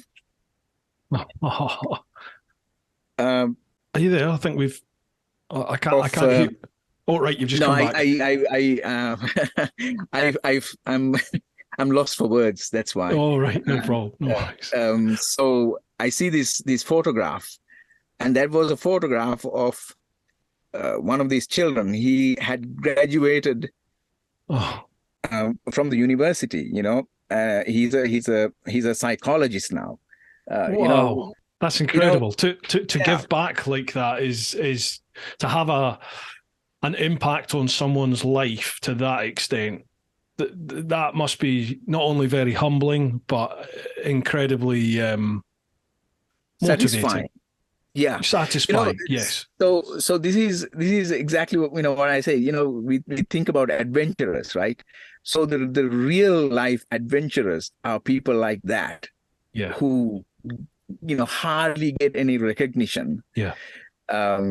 So I'm kind of like ashamed sometimes, when people think, oh, you are wow, you are my hero, and I get emails like that quite a lot, actually. Praising me for what I did and all that, and I'm like, sorry, that journey, I did it for myself. Mm-hmm. I just though this story has inspired many people, yes, into living life the way they should be living, without fear, to undertake some, venture out into the unknown. That definitely it gives courage, right? You have to, I admit that, but still, I think we put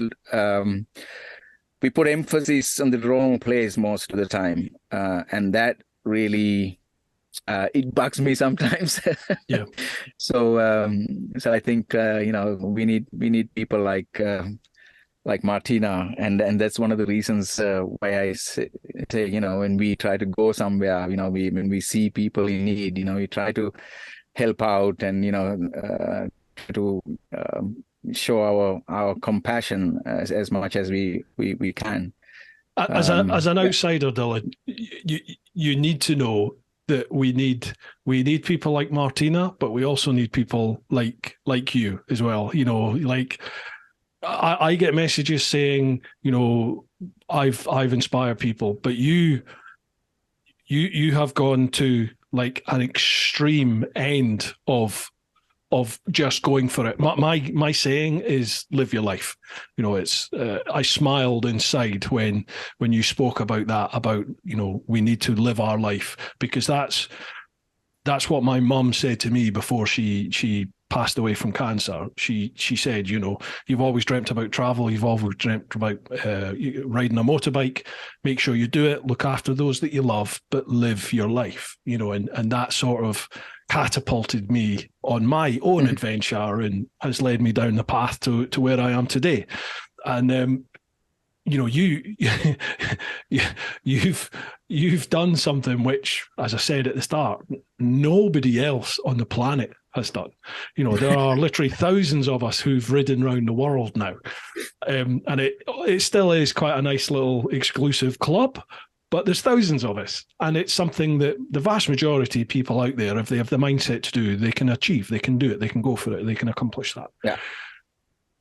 I really don't know anyone else that would do what you did and have the strength of mind to see it through the extent that you did. I mean, you were literally in tears when the end came and you'd reached Colombia and you had to get off the raft. You know, that really struck me and touched me that you appreciated the journey still at that point after 60 days at sea and everything that you'd gone through, that you still appreciated how magnificent that journey had been, not as in look what I've done, but as in what it had given you and it had the lessons it had taught you. Absolutely. I think that's a very humble thing to do. That's a very humble thing. That's a very beautiful character trait. You know, whenever I have seen this film probably 200 times, you know, even while making, you know, I can tell you it touches me even now. If I would watch this film, it would make me cry, you know, like that's how much of impact it had on me, this journey. It was, and in the end, you rightly noticed, I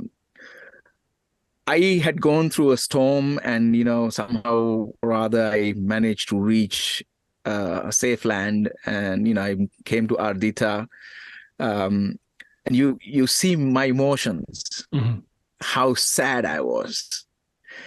It wasn't a man who was like cheering. Yeah. Wow, you know, I made it, you know, I'm alive, you know, it's you know, I'm glad to be back on land. It wasn't that, right? It was like I was so upset because I enjoyed that so much. I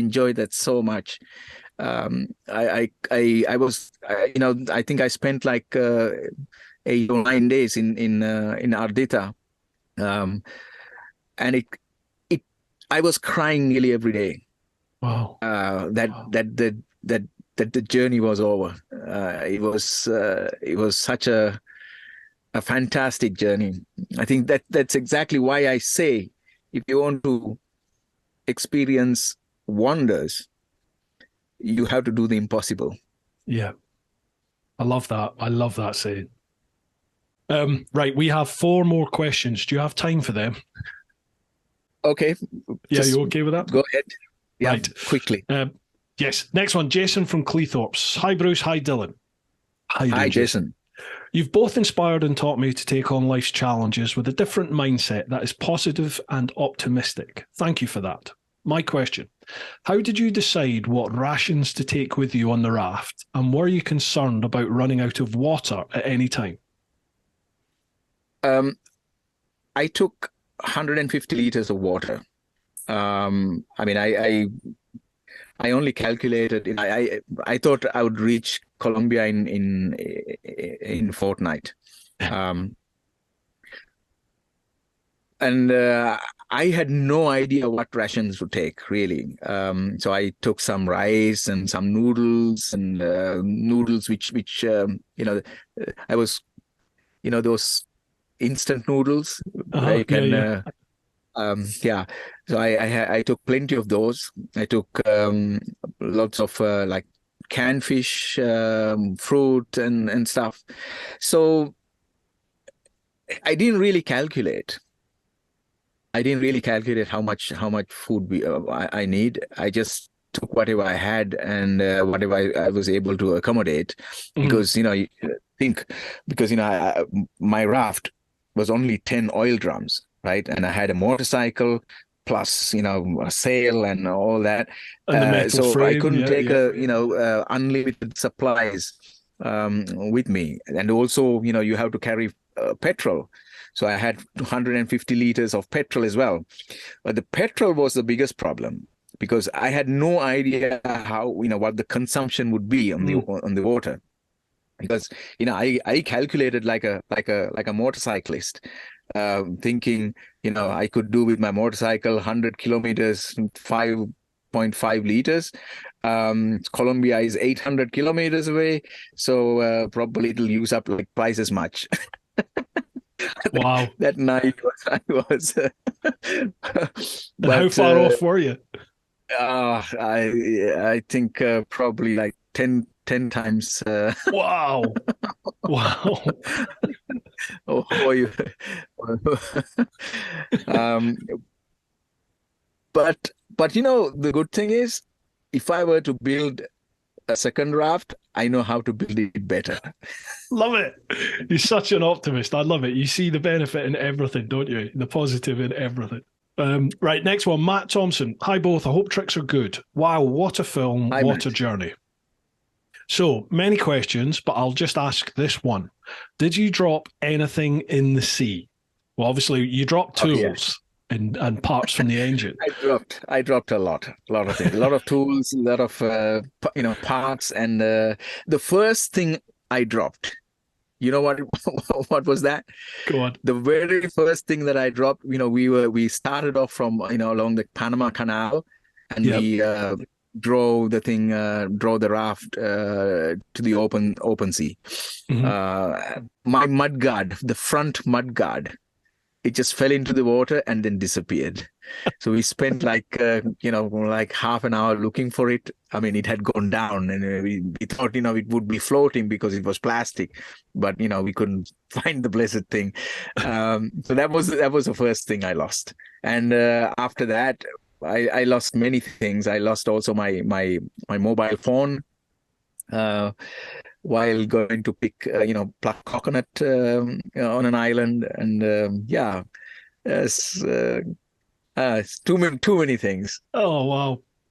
I love that. You were more concerned about your mud guard.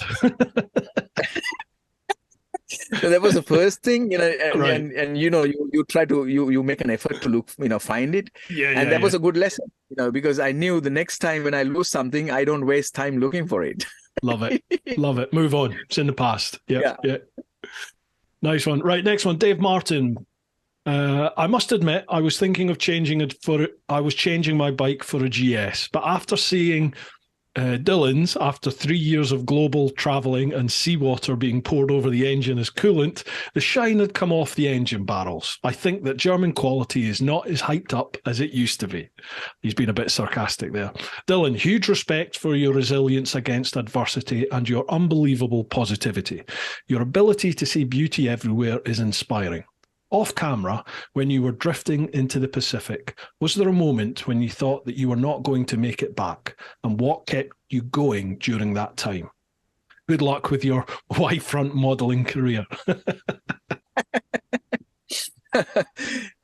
By the way, I still have those underpants. Really? Yeah. I still have them. I hope you washed them. Yeah. So was there two questions, or this is only one, right? He said, was there a moment when you thought you're not going to make it back, and what kept you going at that point? I was so confident that I would end up somewhere.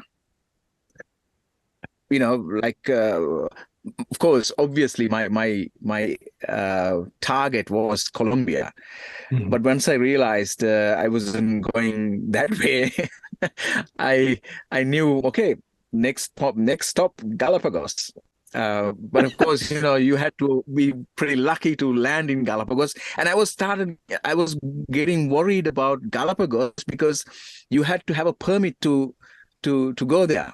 Oh yeah, Yeah, you had to have a permit, and I was worrying about that permit more than. Really? Yes, I was. I mean, I have video clips which I have not used. I remember seeing that. Like I was kind of thinking, telling myself, oh yeah. I don't know what I'm going to do, when the Galapagos, the police or the army or whoever, they capture me without a permit. But of course, you had to be pretty lucky to, land on Galapagos. To hit Galapagos, yeah.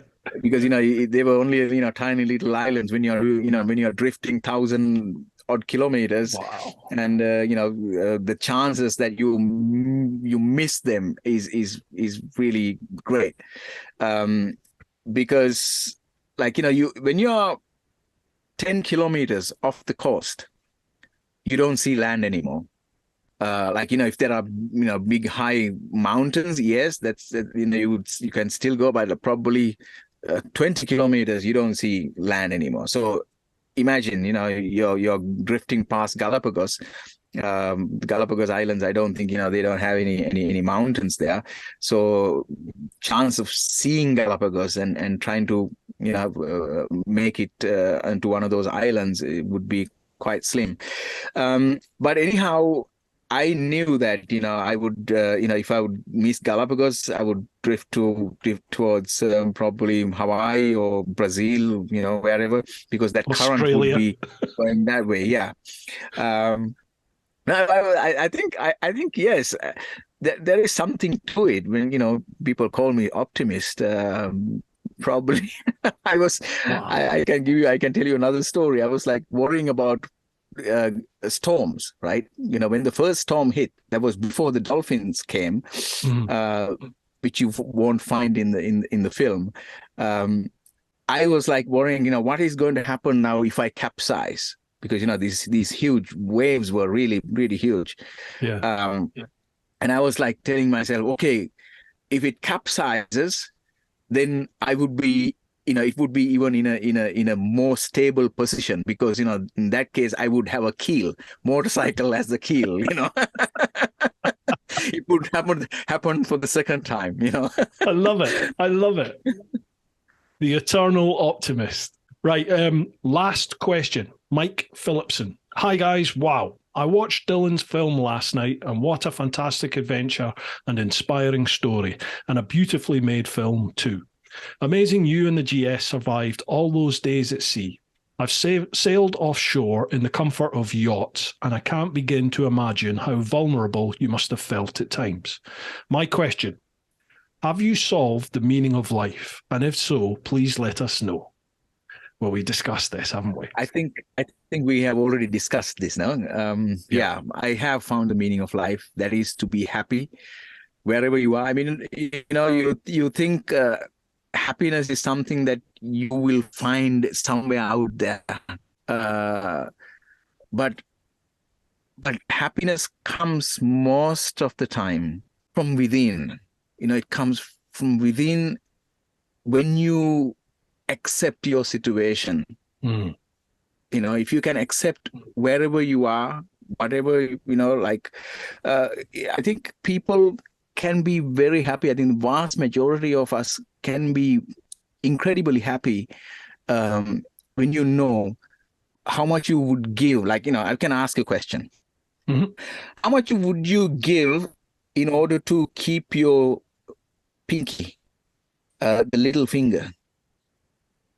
How much would you give? How much would you sacrifice to keep your little finger? How much would you sacrifice to keep 5 fingers? How much would you sacrifice to keep a whole hand or your legs? I think, vast majority of us, we all have these things, right? We take that for granted. We think that, rather than being disappointed or being sad for what we don't have, think about what we have. Appreciate what you do. Yeah. I think be content with what you have. Exactly. I think, everything else is just a bonus. I think, I think we human beings, we have to think about life that way. I think we have to think about the positives first, or count your blessings as you would say, in your part of the world. I think, we are constantly on the lookout for how to improve life, or what can we do to make our lives happier and happier and happier. More. Yeah, exactly.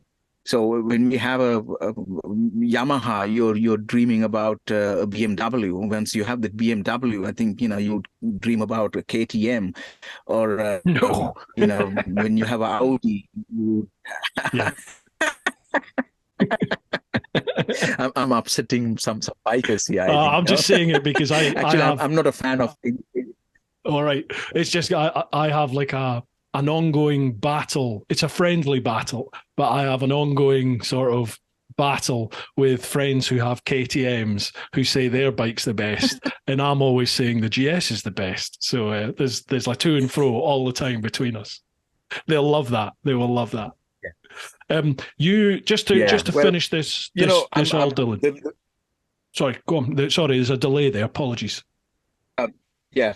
So I mean, I'm not a fan of any particular brand. One of the reasons why I bought my motorcycle, the BMW, was because I was too lazy to lubricate the chain. So the BMW with a shaft, I thought, yeah. So that was the prime reason why I bought that thing, actually. Otherwise, it wasn't because I thought it's a fantastic motorcycle, which proved to be a great motorcycle. But anyhow, I think I answered that question. Absolutely. So yes, I did find happiness. I found a great partner. Martina and I, we are incredibly happy. I think, there's something that we tell each other, very often, really, like probably every day, how happy we are. Beautiful. It's, when you have that happiness in your heart, I think, you don't need anything else. But of course, yeah, we do have dreams. We have plans. We like to travel more. We like to see things. But I think we just take step by step. Each day is a new day, and we accept it as it is, and that's how we should live as human beings. So, yeah, I'm into that. That was the answer. I'm into that. You say something at the end of the film, which, I mean, your story in your film it's full of beautiful sayings that you come up with, like philosophies that pearls of wisdom, we call them here in the UK. Just beautiful things that you say, and you finish the film with, when the road ends, you can build your own raft, and I love that. I think that is such a perfect and beautiful philosophy on life, isn't it? There's always a way. I think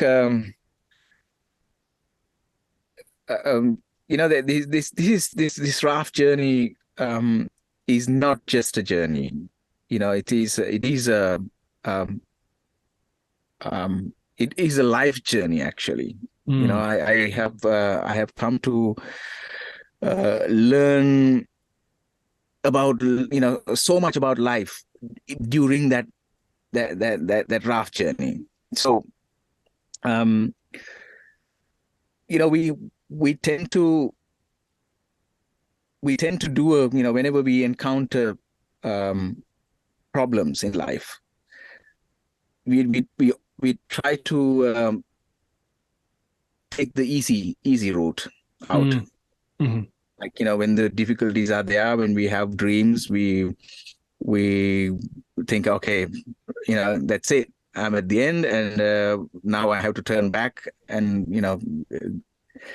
look for it somewhere else. Yeah. And we forget to build that raft because we have too much fear in our hearts or our minds, and we think only about the negative things. When we venture out into something risky, it's because we have this this fear of failing, because failing is such a traumatic thing in our society. Mm-hmm. Actually, I see it differently. You never fail. As long as you do something, and if it doesn't go the way you want it to go, it's you haven't failed. You have learned something new.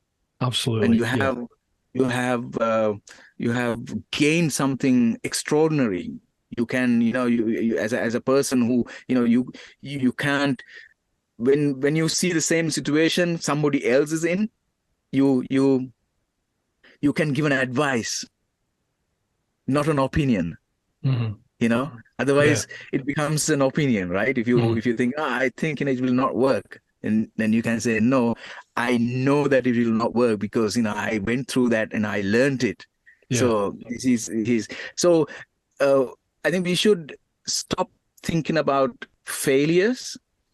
Though Colombia or Buenaventura was my destination, I wanted to reach Buenaventura with my raft.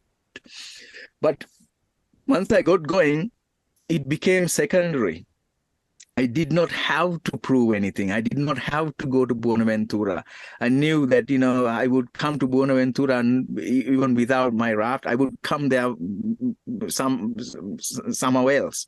But the good thing was, while going on the raft, I experienced something, extraordinary things, and that really enriched my life. So I think, whenever you have plans and you want to do something, think about it. Am I scared about failings, or am I going to, get on this raft and enjoy the journey and see something great? And once this thing doesn't work out, something else will happen.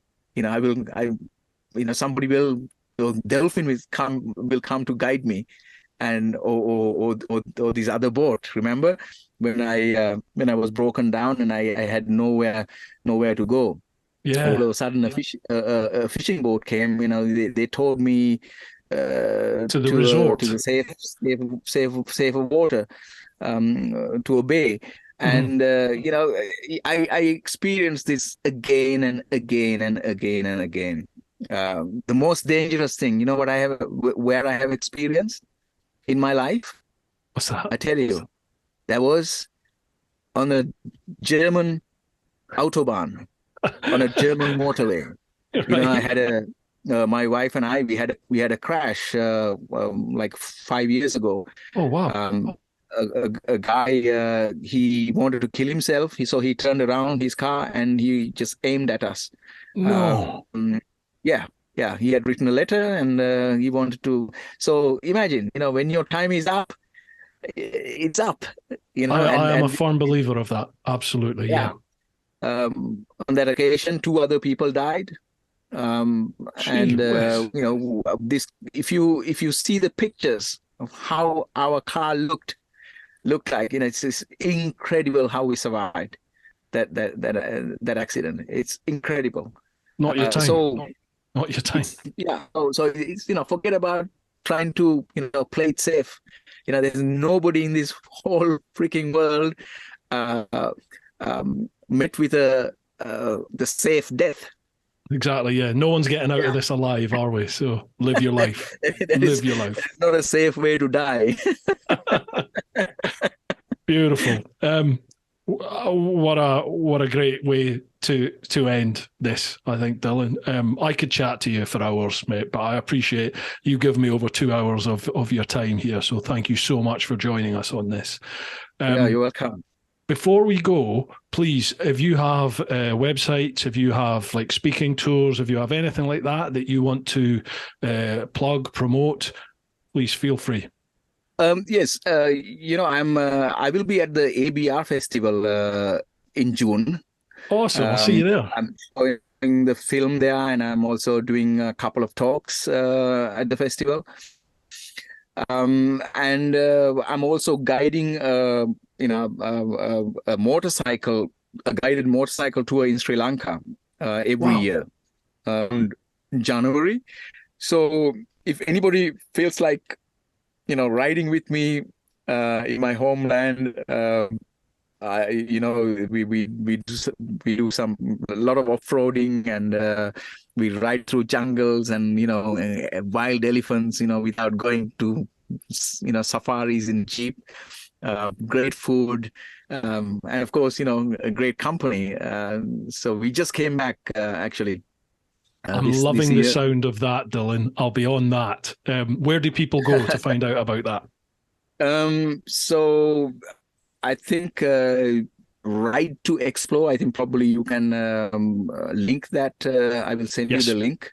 No problem. Yeah. Ridetoexplore.ch or com. And of course, I'm not organizing that. I have a tour operator in Germany who is organizing it. So I'm only doing the ground or the guiding and enjoying the trip with you guys. So I'll love to see you when you come, if you come.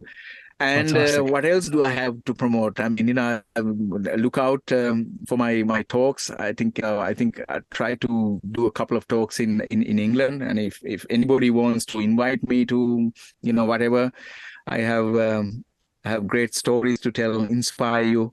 I don't want to impress people. I just want to inspire. And you do. You do, mate. So, yeah, I think that's basically it.